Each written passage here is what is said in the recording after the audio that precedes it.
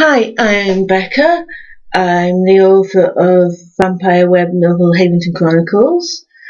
I'm not here to talk to you about that today. I'm here to talk to you about somebody else's vampire web serial, which is a video-based web serial called Blood and Bone China, which I watched a few weeks back. And it's very good fun, so I thought I'd make a review to recommend it. Now, please excuse the echoing on this video. I'm afraid I can't find my headset at the moment, so I'm using the built-in mic and it always echoes a bit. Anyway, Blood and Bone China is a Victorian vampire story set in, of all places, Stoke-On-Trent, which is right next door to where I live in Newcastle-under-Lyme, so it's really close by, and it's made by local people as well. And it's a really good story. It's got a kind of Hammer House of Horror vibe to it, if you like this sort of movies. It's definitely not your traditional,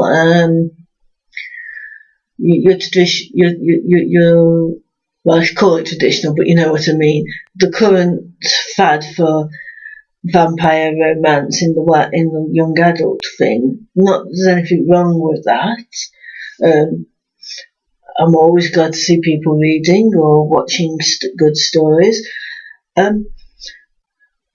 no, this is more, as I said, in the traditional sort of Hammer House of Horror vibes, not the squicky, gross outness of certain horror authors, but at the same time, not the romantic view that seems to have become popular in the past few decades. And it's a very good story. It's about a country vet who discovers that his brother, who's a doctor in Stoke-On-Trent, has gone missing in mysterious circumstances.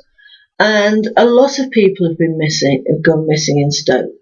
And because his brother's involved, he gets dragged into investigating it. And of course he discovers that it all ties back to a company called Hemlock China, and that vampires are involved. And of course he finds that all very hard to believe. He doesn't believe in vampires. But it soon becomes apparent that it's true, and the story moves on from there. Now, my favourite character is actually Anna, who's a reporter for the local paper, the Sentinel. And as I said, it's in the Victorian era, and here's this very strong female character who's making a way for herself in spite of the fact that it's a Victorian era and women aren't exactly treated well. And she's got a career, she's making a way for herself, and she's just a very good character, heaps of personality, very entertaining. All the characters are very entertaining, including the villainous ones. At times it is a little too cheesy. The speech sort of given by the vampire who in the very first episode is very over the top, but like I said, it is in the vein of the Hammer House of Horrors, so you expect that. It's very British in many ways. It's got a great deal of that sort of sideways humour. Yep. Now, I'm going to leave off there because I really struggle to find anything negative to say about this, except for the fact it's a bit too cheesy. And I did really, really enjoy it.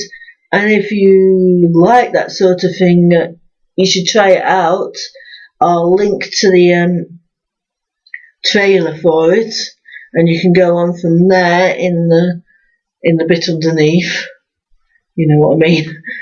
Words are failing me. I'd definitely better sign off. Anyway, do try out Blood and Bone China. Thank you very much for your time. Goodbye.